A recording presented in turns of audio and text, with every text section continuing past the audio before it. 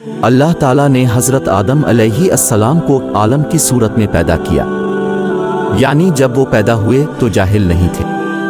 اللہ تعالیٰ نے حضرت آدم علیہ السلام کو فرشتوں سے بھی بڑا عالم بنا کر پیدا کیا۔ آدم علیہ السلام کی ابتدا اور ان کے علم کے بارے میں بہت سی احادیث موجود ہیں۔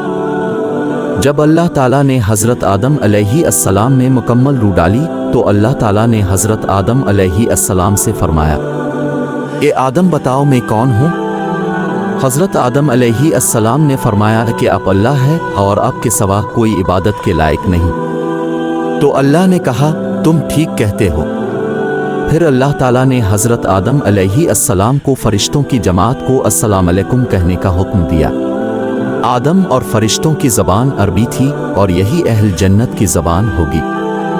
حضرت آدم علیہ السلام فرشتوں کے پاس گئے اور انہوں نے سلام کہا، جس پر فرشتوں نے جواب دیا، وعلیکم السلام ورحمۃ اللہ، یعنی اب پر خدا کی سلامتی اور رحمت ہو۔ اللہ تعالیٰ نے فرمایا، یہ تمہارا اور تمہاری اولاد کا ایک دوسرے کے لیے تحفہ ہے۔ جب اسلام آیا تو مسلمانوں کو حکم دیا گیا کہ وہ ایک دوسرے سے ملتے وقت السلام علیکم کہیں۔ اس طرح ہم اپنے ملنے والوں کو امن و سلامتی کا پیغام دیتے ہیں۔ آدم علیہ السلام کو پیدا کرنے کے بعد اللہ تعالیٰ نے فرشتوں کو حکم دیا کہ آدم علیہ السلام کو سجدہ کرے۔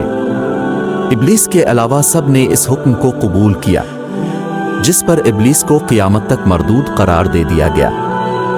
اللہ تعالیٰ نے آدم علیہ السلام کو شروع سے ہی تمام نام سکھائے، مثلاً یہ پہاڑ ہے، یہ بحر ہے، یہ پرندہ ہے، یہ درخت ہے۔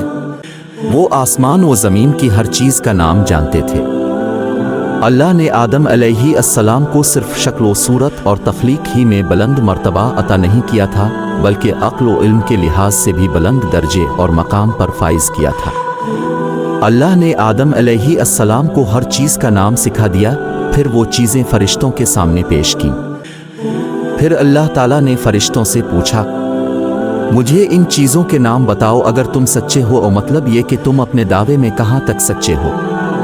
جب آدم کی تخلیق ہوئی تو تم نے کہا تھا وہ اللہ جو چاہے پیدا کر لے، قسم ہے وہ ہم سے زیادہ معزز اور عالم نہیں ہوگا۔ اس دعوے میں اگر تم سچے ہو تو ذرا ان اشیاء کے نام تو بتاؤ۔ فرشتوں نے کہا، اے اللہ تو پاک ہے، ہمارے پاس صرف اتنا ہی علم ہے جتنا آپ نے ہمیں سکھایا ہے، مکمل حکمت اور علم والا تو آپ ہی ہے۔ اللہ تعالیٰ نے آدم علیہ السلام سے فرمایا، اے آدم تم ان فرشتوں کو ان چیزوں کے نام بتاؤ۔ آدم علیہ السلام ہر چیز کا نام بتانے لگے، کسی جگہ بھی انہوں نے غلطی نہیں کی۔ جب انہوں نے فرشتوں کو تمام چیزوں کے نام بتائے تو اللہ تعالیٰ نے فرشتوں کو مخاطب کر کے فرمایا کہ کیا میں نے تم سے پہلے نہیں کہا تھا کہ میں ہی زمین و آسمان کا غیب جانتا ہوں، اور جو کچھ تم ظاہر کرتے ہو میں ہی جانتا ہوں، اور جو تم چھپا رہے ہو۔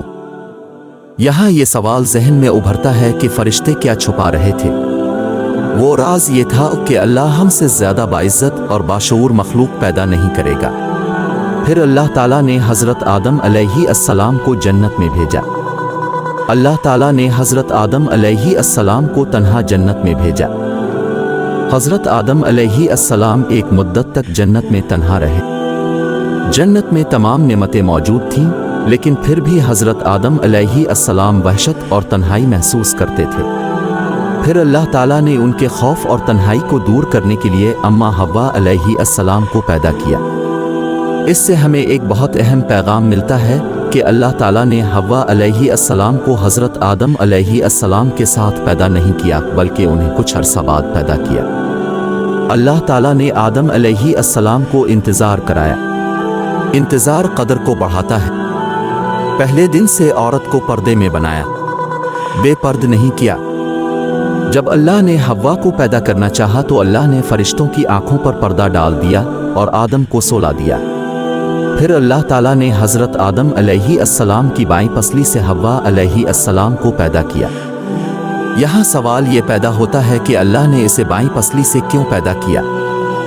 بائیں پسلی سے اس لیے پیدا کیا کیونکہ بائیں طرف دل ہوتا ہے، اور اماں حوا علیہ السلام کو دل کے نیچے والی پسلی سے پیدا کیا۔